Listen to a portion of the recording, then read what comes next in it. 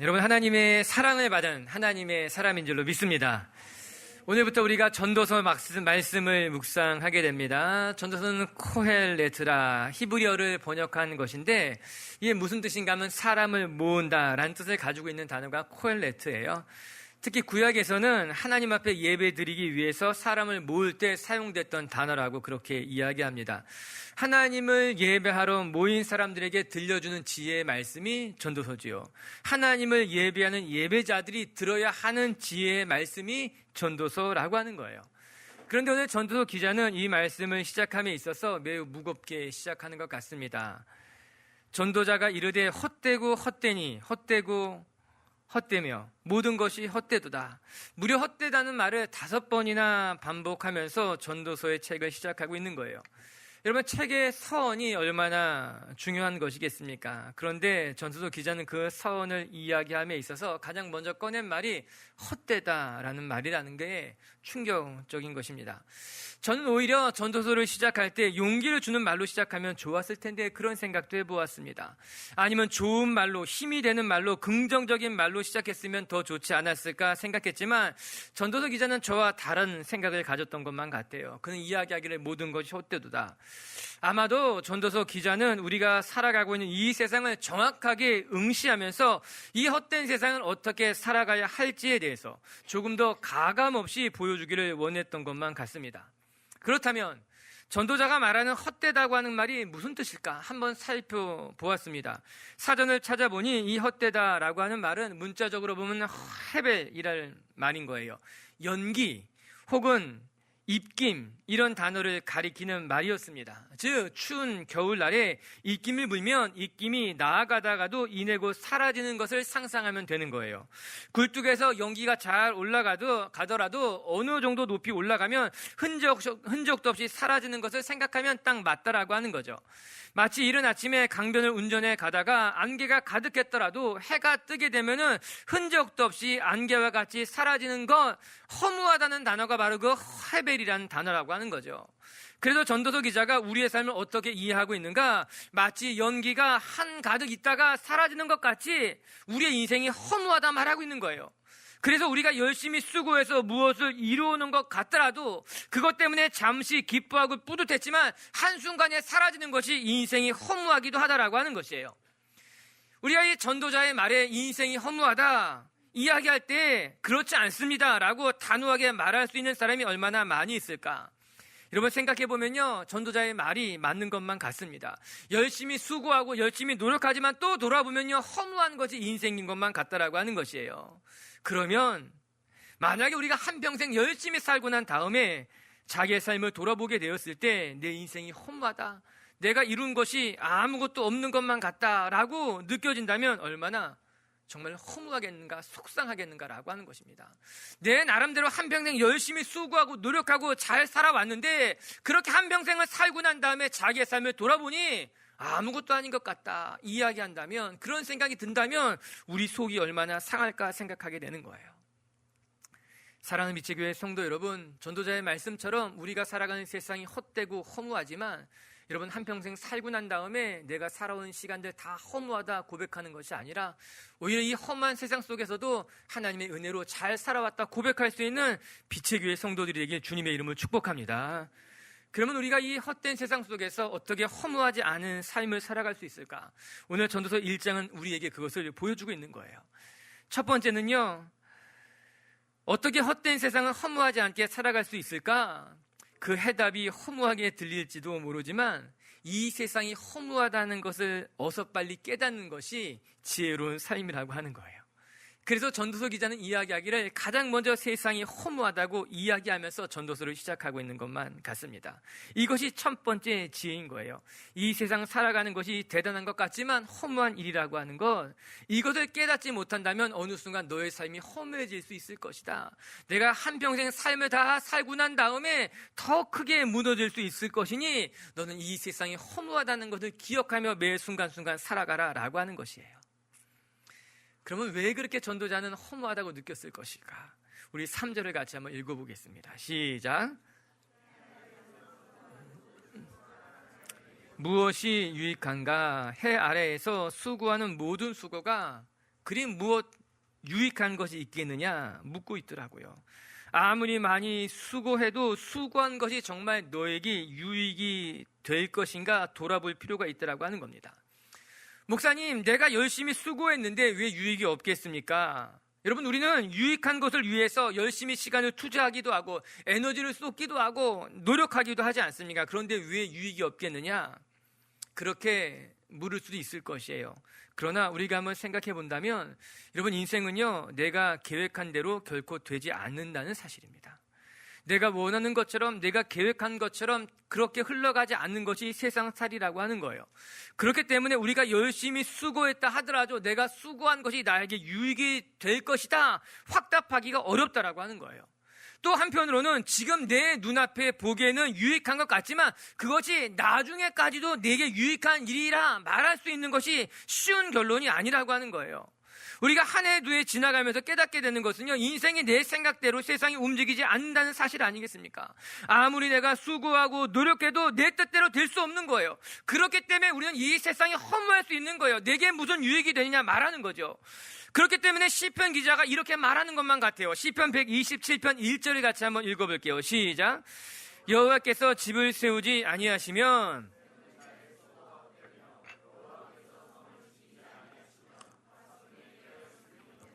시편 기자도 동일하게 허무하다고 이야기하고 있습니다. 집을 아무리 열심히 세워도 하나님이 함께하지 아니하시면 그 수고가 헛된 것이며, 또한 밤새도록 성을 지키는 일을 한다 할지라도 하나님이 그 성을 지키지 아니하시면 나의 수고가, 나의 경상함이 허사라고 이야기하고 있는 것 아니겠습니까? 맞는 말이라고 하는 거예요. 내가 아무리 수고하고 아무리 내가 노력하고 내가 밤이 맞도록 성을 지킨다 할지라도 하나님이 함께하지 않는다면 내 뜻대로 되지 않는 거예요. 내 계획대로, 내 수고대로 되지 않는다라고 하는 거예요.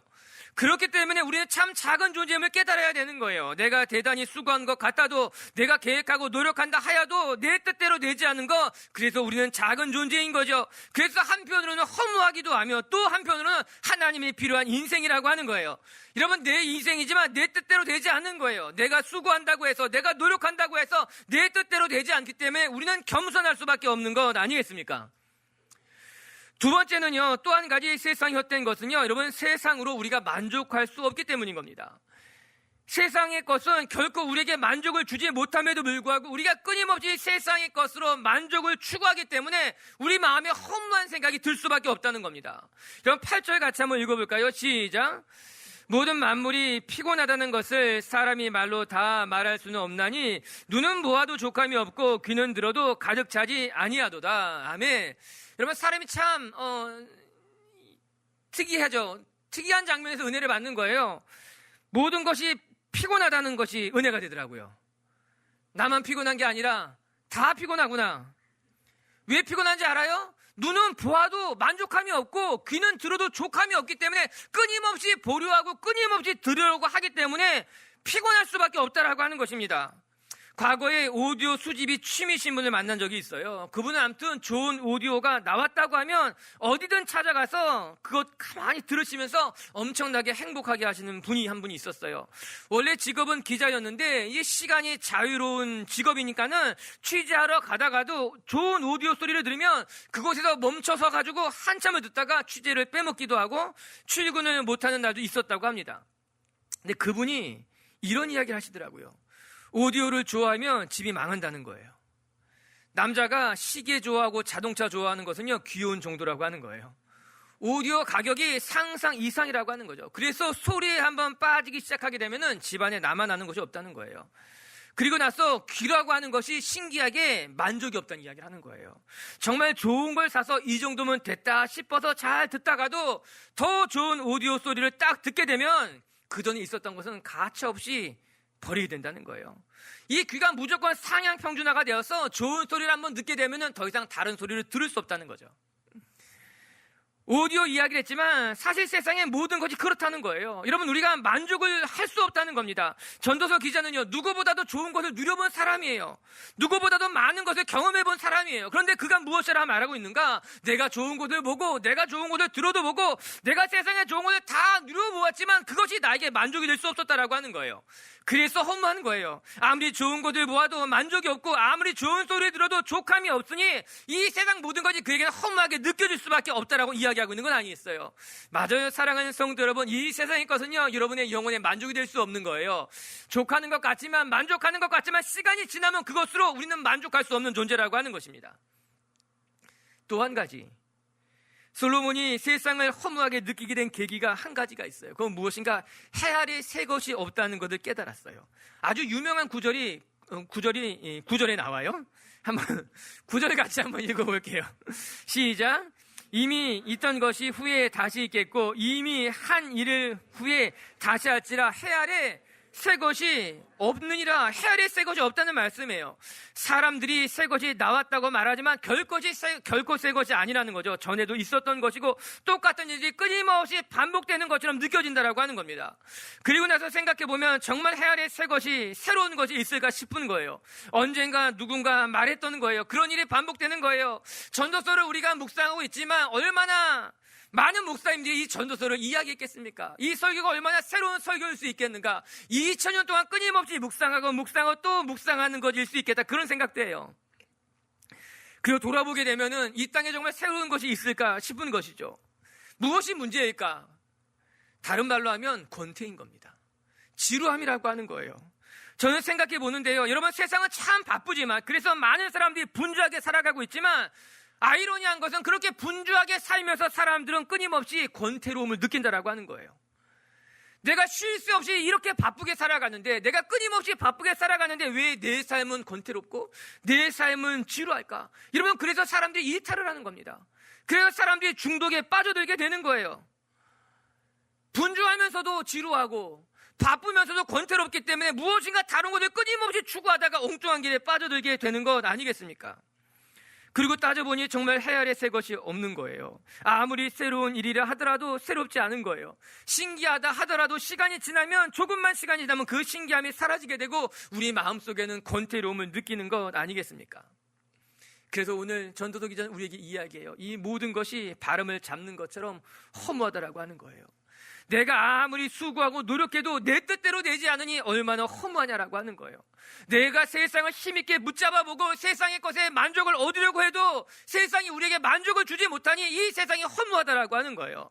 또한 내가 매일의 삶에서 새로운 것을 찾아가보고 새로운 것을 얻으려고 노력하지만 해 아래 새 것이 없는 것까지 똑같은 것이 끊임없이 반복되니 권태롭고 지루하고 어떤 것도 기쁨이 없다고 느껴지기 때문에 허무하다라고 하는 거예요. 그래요. 사랑하는 미치교회 성도 여러분, 우리가 이런 세상 속에 살아가는 것만 같아요. 해 아래 새 것이 없고 붙잡고 또 붙잡아도 사라지는 것만 같은 이 세상 속에서 우리가 살아가는 거예요. 그러니 저는 여러분이 이 헛된 세상 속에서 붙잡아도 사라질 헛된 것들에 여러분의 마음을 빼앗기며 살아가는 것이 아니라, 그래서 세상이 허무하다고 낙심케 되는 인생이 되는 것이 아니라 오히려 변하지 않는 것에, 여러분의 영혼을 만족시켜 줄 것에 여러분의 에너지와 시간을 쏟고 영혼이 변치 않는 것을 붙들고 살아가는 분들이 되기를 주님의 이름으로 축복합니다. 그러면 두 번째, 이 허무한 세상을 어떻게 살아가야 허무하지 않게 될 것인가? 오늘 성경은요 이렇게 이야기하고 있어요. 더 이상 헛된 것을 쫓지 말고 허무한 것에 너의 마음을 빼앗기지 말고 사라지지 않을 영원할 것, 그것을 바라보고 살아가라고 하는 거예요. 그리고 그것을 가리켜서 본질이다, 그렇게 이야기하고 있습니다. 세월이 흘러도 변하지 않는 것, 세상 모든 것이 다 바뀌어도 변하지 않는 것을 우리는 본질이라고 말을 합니다. 그리고 이 본질을 추구해야지만 우리는 이 허무한 세상 속에서 허무하지 않게 살아가게 된다는 거예요. 그러면 본질이란 단어가 무엇일까? 재밌더라고요. 이 본자라고 하는 단어는요, 나무 목자 밑에 받침을 하나 붙여서 만든 단어인 것, 이게 밑본자라고 하는 거예요. 즉 나무의 뿌리를 가리키는 것이에요. 본질이 무엇인가? 그것의 뿌리라고 하는 거예요. 나무의 중심이 되기도 하고요, 나무의 시작이 되기도 하고요, 나무의 뿌리가 되는 것, 그래서 변하지 않는 것이 본질이라고 하는 거예요. 문제는 무엇인지 아십니까? 우리가 이 땅을 살아가면서 변하지 않는 것, 본질의 마음을 두고 살아가야지만 되는데, 안타깝게도 우리는 자꾸 변하는 것에 우리의 마음을 빼앗긴다라고 하는 거예요. 세상 사람들이 재물을 추구하면 나도 재물을 추구해야 되는 것처럼 생각하게 된다는 거예요. 세상 사람들이 명예를 쫓아가게 되고 인기의 마음을 빼앗기게 되면 나도 명예가 있어야 되는 것만 같고 나도 인기를 얻어야만 되는 것 같고, 그렇게 세상 사람들이 추구하는 것에 우리의 마음을 빼앗기기 때문에 우리가 흔들리게 된다라고 하는 거예요. 이런 유행이라는 게 있잖아요. 여기서 유행이 흐르다는 거, 흐를 유자를 쓰는 거예요. 흘러간다라고 하는 말입니다. 그래서 유행은요, 흘러가는 거예요. 그냥 잠시 지나가는 것이 유행이라고 하는 거예요. 그런데 문제는요, 젊은 사람들이 유행에 관심을 너무 많이 갖는다라고 하는 거예요. 아니, 관심을 넘어서서 목숨을 걸기도 한다라고 하는 거예요. 유행에 뒤처지게 되면 큰일이 나는지 착각하게 되는 거예요. 내가 다른 사람들보다 조금만 뒤처지게 되면요, 뭐 문제가 있는 것처럼 생각하게 된다라고 하는 거죠. 그러나 그렇지 않아요. 여러분, 유행은요 다 지나가게 돼 있어요. 흘러가게 되어 있어요. 그렇기 때문에 그 유행에 우리의 마음을 빼앗기는 거는 만큼 어리석은 일이 없다라고 하는 거죠. 저는 미처 교회 성도들이 흘러가는 것, 지나가는 것에 마음을 빼앗기는 것이 아니라 시간이 지나도 흘러가지 않는 것, 영원히 변하지 않는 것에 여러분의 마음을 두고 살아갈 수 있게 되길 주의 이름으로 축복합니다. 그것이 본질을 추구하는 거예요. 유행을 따라가는 것이 아니라 본질을 붙드는 거예요. 여러분, 시편 기자의 말씀이 생각났어요. 시편 119편에 이런 말씀이 나와요. 37절 같이 한번 읽어볼게요. 시작. 내 눈을 돌이켜 허탄한 것을 보지 말게 하시고 주의 길에서 나를 살아가게 하소서. 시편 기자가 이렇게 기도하고 있어요. 하나님, 내 눈을 돌이켜서 허탄한 것을 보지 말게 해주시고 내가 오직 주의 길에서 살아가게 해주십시오. 여러분, 얼마나 아름다운 기도입니까? 내 눈을 돌이켜서 허탄한 것을 보지 않게 해주십시오. 흘러 사라지는 것에 마음을 빼앗기지 않고 오직 주의 길을 걷기를 원합니다 고백하고 있는 거예요. 여러분, 또 시편 고백엔 이런 말씀도 있어요. 24편 3절 4절에는요 같이 한번 읽어봐요. 시작.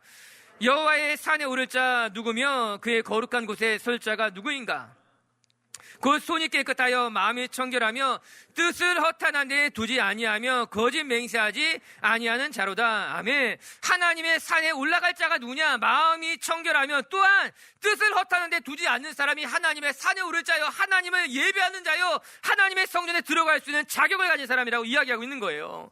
즉, 우리가 세상에 마음을 빼앗기지 아니하며 허탄한 것에 우리의 마음을 두지 않는 사람들이 하나님 앞에 나아가는, 하나님의 앞에 예배할 수 있는 사람이라고 이야기하고 있는 거예요. 그리고 이 허무한 세상을 허무하지 않게 살아가는 비결이라고 성경이 말해주고 있는 거예요. 사랑하는 빛의 교회 성도 여러분, 허탄한 것이 여러분의 마음을 사로잡지 않게 되기를 바랍니다. 그럼 우리는 어떻게 하면 될까요? 변하지 않는 것, 즉 본질에 마음을 두고 살아가야 되는데 어떻게 하면 될까? 오늘 전도서는요 그 해답을 전도서 맨 마지막에 해주고 있어요. 전도서의 시작은 이 세상이 헛되다는 것으로 시작하잖아요. 그리고 이 세상이 헛된 것의 결론이 어디 나오는가? 전도서 맨 마지막 끝절이에요. 우리 12장 13절 14절을 같이 한번 읽어볼까요? 시작. 하나님을 경외하고 그의 명령들을 지킬지어다. 이것이 모든 사람의 본분이니라. 하나님은 모든 행위와 모든 은밀한 일을 선악간에 심판하시리라. 아멘. 내가 이 모든 것을 다 헤아려 봤으니 일의 결국을 내가 다 들었으니 무엇이냐? 하나님을 경외하며 하나님의 말씀을 지키며 살아가는 것이 우리들의 본분이라고 이야기합니다. 여기 다시 본자가 또 한 번 나오는 거예요. 결국에 우리의 삶의 결론이 무엇이냐? 이 세상에 헛된 것, 사라질 것, 변하는 것에 마음을 빼앗기는 것이 아니라 하나님을 경외하며 하나님의 말씀을 지키며 살아가는 것이 우리의 삶의 본질이라는 거죠. 우리의 삶의 본분이요, 내가 해야 될 삶의 자리라고 이야기하고 있는 거예요. 아멘. 저는 이 말씀을 보면서 바울의 고백이 떠올랐어요. 바울은 고린도후서 4장 18절에 이런 고백을 하고 있어요. 제가 읽어드릴게요. 우리가 주목하는 것은 보이는 것이 아니요 보이지 않는 것이니 보이는 것은 잠깐이요 보이지 않는 것은 영원함이라. 아멘.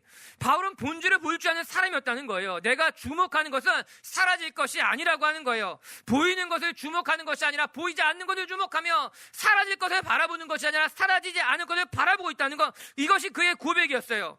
그리고 저는 이 고백이 저와 여러분의 고백이 될 수 있게 되길 주님의 이름으로 축복합니다. 눈에 보이는 것에, 유행에 우리의 마음을 빼앗기는 것이 아니라 비록 눈에 보이지 않지만 영원한 것, 사라지지 않을 것에 우리의 마음을 담고 살아가는 거예요. 완당 김정희 선생님은 이런 말을 했다 하더라고요. 속기를 버리고 골기만 남기라고 하는 거예요. 즉 거추장스러운 것을 다 빼라는 거예요. 눈에 보이는 것, 사사로운 것, 사치스러운 것, 가정된 것을 다 빼버리고 오직 뼈대, 본질, 그 중심된 것만 남기는 것이 맞다라고 하는 것이에요. 맞아요. 우리의 삶에 거추장스러운 것을 걷어내야 되는 거예요. 우리의 마음을 빼앗는 것, 우리의 눈을 빼앗는 것 다 걷어내는 거예요. 그리고 나면 우리에게 남은 것이 무엇인가? 그게 믿음인 거죠. 신앙인 거죠. 하나님만 바라보는 삶 아니겠습니까? 이것이 우리의 삶의 본질인 거예요. 본분이라고 하는 거예요. 사랑하는 빛의 교회 성도 여러분, 여러분의 삶이 본질에 가까이 다가갈 수 있었으면 좋겠어요. 눈에 보이지 않지만 눈에 보이지 않는 것을 사모하며 그 눈에 보이지 않는 것을 붙드는 분들이 되게 주의 이름으로 축복합니다. 세 번째, 허무한 세상을 살아가는 또 하나의 방법을 오늘 전도서 기자가 우리에게 소개해주고 있어요. 본질을 추구하는 사람은 어떻게 살아가야 하는가? 우리 1장의 나머지 부분을 같이 한번 이제 읽어볼게요. 16절부터 18절까지 말씀. 시작. 내가 내 마음으로 말하여 이르기를 보라, 내가 크게 되고 지혜를 더 많이 얻었으므로 나보다 먼저 예루살렘에 있던 모든 사람들보다 낫다 하였나니 내 마음이 지혜와 지식을 많이 만나 보았음이로다. 내가 다시 지혜를 알고자 하여 미친 것들과 마음을 썼으나 이것도 바람을 잡으려는 것인 줄 깨달았도다. 지혜가 많으면 번뇌도 많으니 지식을 더하는 자는 근심을 더하느니라. 아멘. 전도서의 고백이에요. 수험생이 이 18절의 말씀을 하더라고요. 지혜가 많으면 번뇌가 많으니 지식을 더하는 자는 근심을 더하느니라. 이거 그때 쓰는 말씀이 절대 아니에요. 솔로몬이 이 허무한 세상을 살아감에 있어서 어떻게 살아가야 되느냐? 지혜를 구하기 시작한 거예요. 수없이 많은 책을 읽고 현자들을 찾아가고 지혜를 구하면서 그가 깨달은 것이 있었다라고 하는 것이죠. 실상 솔로몬만큼 지혜로운 사람이 없었다. 그렇게 성경은 또 역사는 이야기하고 있습니다. 스바 여왕이 솔로몬의 지혜를 확인하기 위해서 시험하기 위해서 찾아왔지만 결국에 그 여인은 이런 고백을 하게 돼요. 열왕기상 10장 6절 7절을 보게 되면은 그 여인의 고백이었어요. 왕께 말하되 내가 내 나라에서 당신의 행위와 당신의 지혜에 대하여 들은 소문이 사실이라고 하는 거예요. 내가 들은 그 소문이 모두 다 사실이었습니다. 지혜로운 사람이라고 하는 거죠. 맞아요. 전도서의 기자는 솔로몬, 그는 누구보다도 지혜로운 사람이었어요. 세상의 지혜를 얻으려고 미친 듯이 공부한 사람이 솔로몬이었어요. 그러나 그렇게 지혜를 추구한, 지혜를 구한, 지혜를 얻은 솔로몬의 고백이 무엇입니까? 그게 18절인 거예요. 내가 지혜가 많으면, 지혜를 다 얻으면 내 삶의 문제를 해결할 수 있을 줄 알았는데, 내 삶의 길을 발견할 수 있을 줄 알았는데, 지혜를 많이 얻어도 번뇌만 많게 되고 지식을 많이 얻어도 근심만 더하게 되었다고 이야기하고 있는 것 아니겠습니까? 그의 고백이 얼마나 한탄스럽습니까? 안타깝지요. 어떻게 살아가면 좋을지 알기 위해서 지식과 지혜를 얻었는데, 그래서 정말 가장 지혜롭고 똑똑한 사람이 되었는데 아무런 해답을 찾지 못한 거예요. 그냥 머리만 아플 뿐이고 근심만 더해졌다라고 하는 거예요. 왜 그럴까요? 현자가 되었는데, 지혜를 얻었는데 왜 그는 머리만 아픈 사람이 되었을까요? 그 해답이 15절에 나옵니다. 우리 15절을 같이 한번 읽어볼까요? 시작. 구부러진 것도 곱게 할 수 없고 모자란 것도 셀 수 없도다. 오늘 솔로몬이 그 많은 지혜와 지식을 얻었지만 그가 또 한 가지 깨달은 것은, 내가 이 많은 지혜와 지식을 얻어도 이 구부러진 것을 곱게 할 수 없으며 내 삶에 모자란 것을 내가 채울 수 없다는 것을 또 하나 깨닫게 되었다라고 하는 것이에요. 그렇기 때문에 그는 비로소 무엇을 알았는가? 하나님을 의지하는 것만이 내 삶의 본분이라는 것을 깨닫게 된 것입니다. 우리가 이 전도서를 묵상하면서 15절을 놓치면 안 되는 거예요. 우리가 대단한 것 같지만, 아니 우리가 대단한 사람이 되어서 지혜와 지식을 얻었다고 해서 여러분 우리가 우리 스스로 굽은 것을 곱게 할 수 없다라고 하는 거예요. 내가 부족한 것을 깨달았을지는 모르지만 나의 부족함을 내 스스로는 채울 수 없는 존재가 우리 연약한 인생이라는 것을 솔로몬이 비로소 깨닫게 되었다라고 하는 것이에요.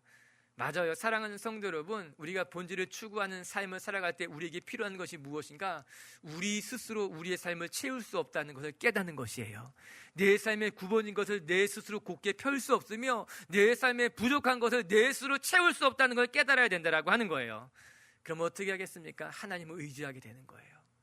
내 삶에 굽어진 것을 곱게 하기 위해서 하나님 앞에 무릎 꿇어야 된다는 것을 아는 거죠. 내 삶에 부족한 것을 채우는 것은 나의 능력과 나의 지혜가 아니라 하나님인 것을 알아야지만 하나님 앞에 맡기고 하나님을 의지하여 부족한 것이 채워지는 것을 경험하게 되는 것 아니겠습니까?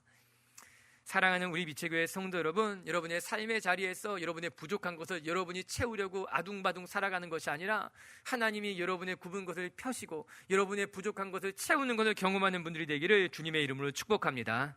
말씀을 정리하십시다. 오늘 전도서 기자는 전도서를 시작하면서 이 세상 모든 것이 헛되고 헛되다고 이야기하고 있는 거예요.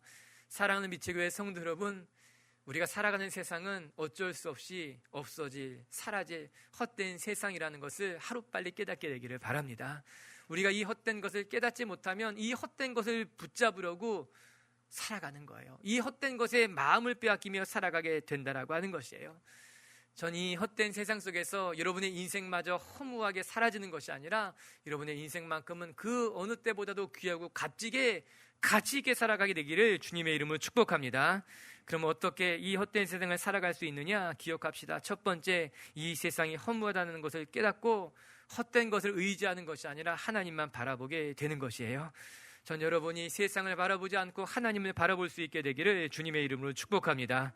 두 번째, 이 허무한 세상에서 헛된 것을 쫓지 아니하며 헛된 것에 여러분의 마음과 생각과 에너지를 빼앗기는 것이 아니라 변해서 사라질 것에 여러분의 인생을 바치는 것이 아니라 영원히 변하지 않는 건 본질, 뼈대가 되는 건 그 영원히 변하지 아니할 것을 위해서 살아가는 것을 결단할 수 있게 되기를 주의 이름으로 축복합니다.